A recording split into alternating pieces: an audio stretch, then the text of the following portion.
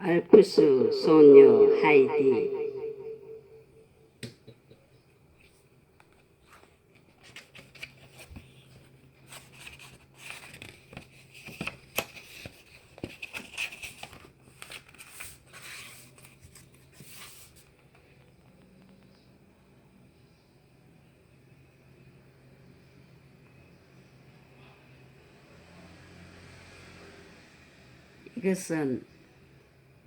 이것은 제가 우리 아이들을 위해서 읽은 책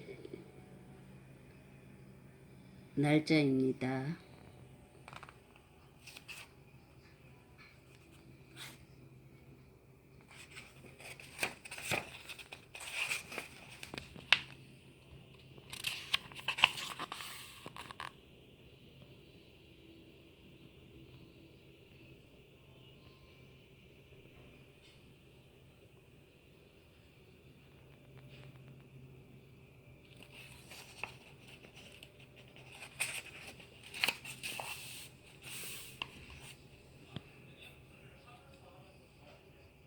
알프스에서 온 하이디.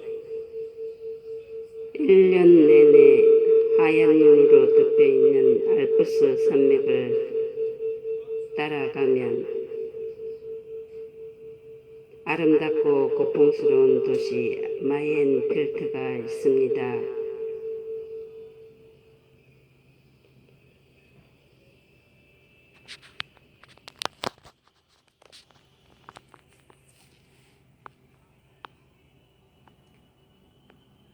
그곳에서 시작된 오솔길을 따라 걸어가면 기작은 꽃들이 가득 피어 있는 늙은 초원을 지나 비탈길을 올라 산꼭대기까지 이어집니다. 말대에겐 6월의 어느 날 아침, 키가 크고 어딘가 억세해 보이는 한 아가씨가 어린 여자아이의 손을 잡고 그 오솔길을 걷고 있었습니다.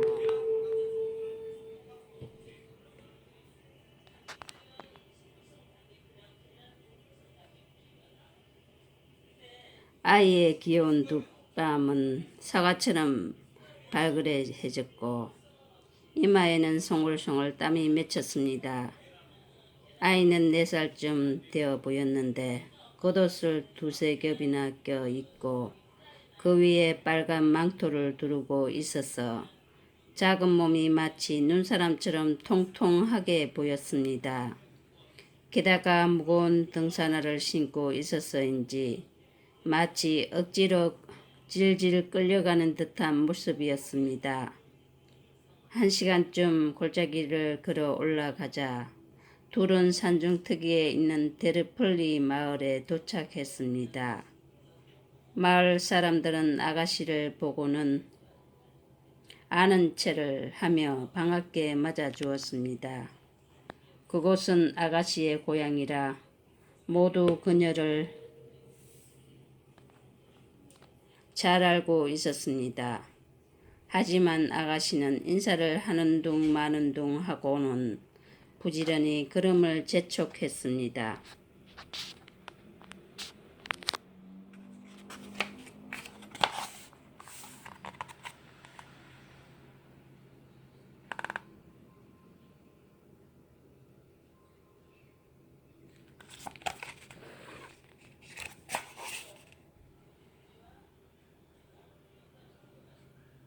아가씨와 아이가 막 마을을 벗어나려 할 때 한 아주머니가 큰 소리로 부르며 쫓아왔습니다. 대태가 틀림없지. 산 위에 올라가려면 나하고 같이 가자. 그 아가씨의 이름은 바로 대태였습니다. 어머니가 돌아가신 후에 바드라가츠로 옮겨가서는 그곳의 한 온천에서 가정부로 일하고 있었습니다. 대태가 멈춰서자 조그만 여자아이는 풀밭에 주저앉았습니다. 힘드니? 아니요. 그렇지만 너무 더워요. 여자아이가 대답했습니다. 이제 얼마 남지 않았어. 우리 조금만 힘내자. 대태가 여자아이의 손을 잡아주며 말했습니다. 대태, 그런데 이 아이는 누구니? 혹시 죽은 내 언니 딸 아니냐? 그 고아 말이야. 함께 길을 가던 아주머니가 물었습니다. 네, 맞아요. 제 조카 하이디예요. 그런데 이 애를 데리고 어디로 가는 거야? 혹시? 네, 그래요. 제 할아버지한테 맡기려고 가는 거예요. 뭐라고? 그 괴짜 할아버지가 이 아이를 받아주실까?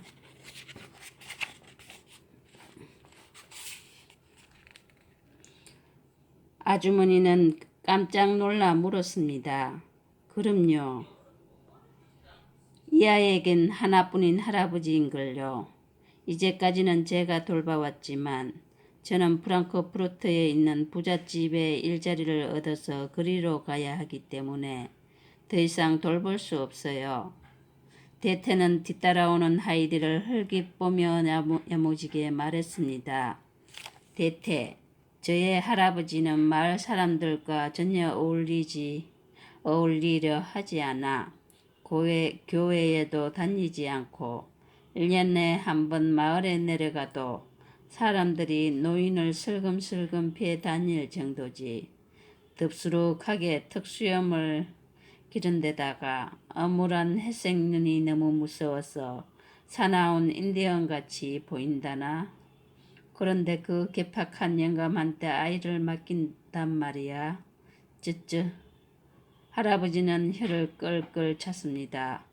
아무리 그래도 제 할아버지이고 이제 마땅히 제 일을 보살펴 주셔야 해요. 손녀잖아요. 나도 이젠 내 생활을 찾아야지요. 대태가 화가 난 듯 말했습니다. 그런데 대태, 그 할아버지는 왜 그렇게 사람들을 피해 산꼭대기에서 혼자 살고 있는지 알고 싶어. 혹시 언니가 뭐 말해준 거라도 있어? 아주머니가 호기심 어린 눈으로 물었습니다. 그거야 저도 자세한 건 몰라요. 난 이제 겨우 26살이고 그분은 70살 가까이 되는 젊은 되기 때문에 그분이 젊은 시절에 어땠는지 알 턱이 없지요. 그래도 우리보다 뭘 좀 더 알 게 아니야. 옛날에 아주 부자였다며. 아주머니가 자꾸 다그쳐 묻자 조심스레 입을 열었습니다.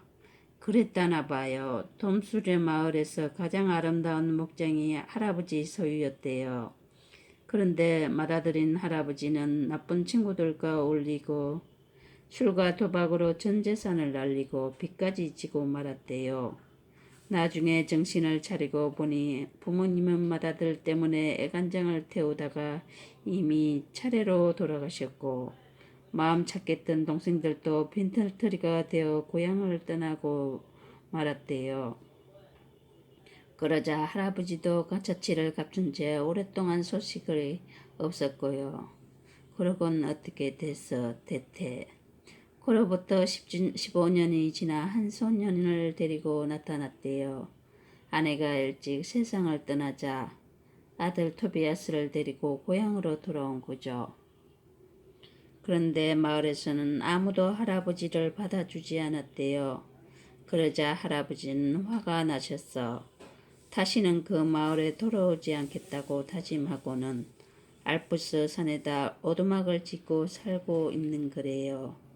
그럼 그 토비아스라는 아들은 어떻게 되었대? 잠깐 숨 좀 돌리고요.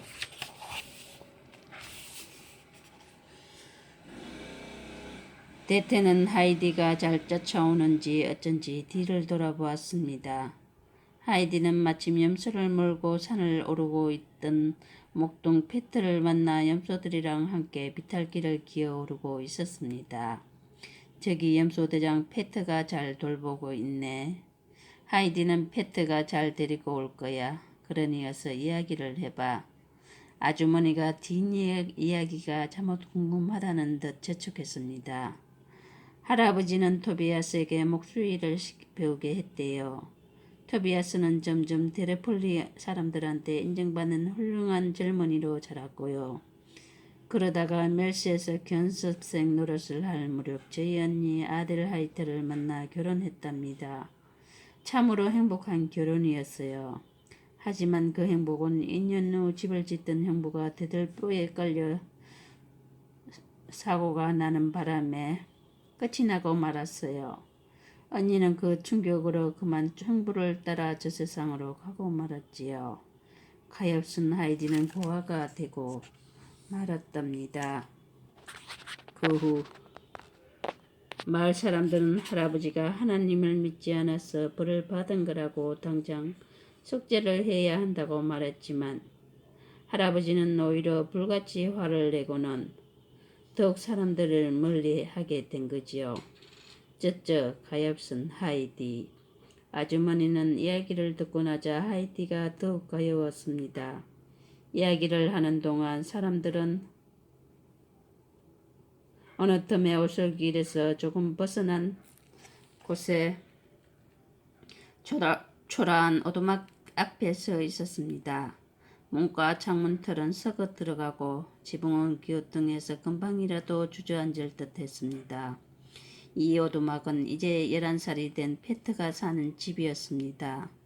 페트는 매일 아침 드르펄리 마을까지 내려가서 염소떼를 몰고 산꼭대기로 올라가 염소들에게 신선한 먹이를 먹이곤 저녁에는 다시 마을로 데려다 주곤 했습니다.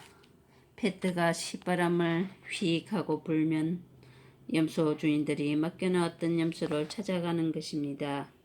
페트의 아버지도 젊었을 때부터 목동 노릇을 했었는데 어머니와 안 못 보는 할머니를 두고 세상을 떠나자 지금은 페트가 아버지 대신 그 일을 하고 있었습니다. 대태, 나는 이제 저쪽 길로 가야 해. 그럼 안녕. 페트네 오두막 앞에서 아주머니와 대태는 헤어졌습니다. 한편 하이디와 페트는 오솔길에서 한참을 벗어나 있었습니다. 페트는 염소에게 먹일 풀이 많은 장소를 알고 있었기 때문에 그곳으로 염소를 데리고 갔습니다. 하이디는 맨발에 얇은 맨바지를 차림으로 이곳저곳을 마음대로 뛰어다니는 페트를 보고는 속으로 몹시 부러웠습니다. 마침내 하이디는 풀밭에 주저앉아 거추장스러운 신발과 양말을 벗어버렸습니다. 그리고 눈을 질끈 감고 나서 대퇴 이모가 억지로 입혔던 빨간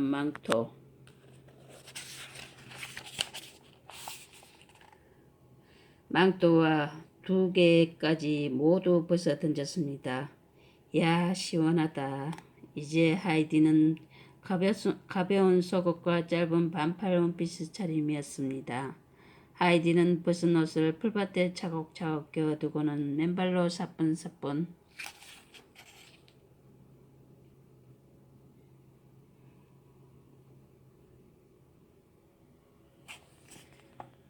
페트와 염소의 뒤를 따라갔습니다.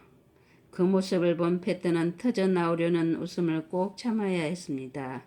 이제 날아갈 듯 몸이 가벼워진 하이디는 페트의 뒤를 졸졸 따라다니며 물었습니다. 염소가 몇 마리야? 이 염소를 어디로 데려가는 거야? 염소들이 영리해? 염소를 좋아해?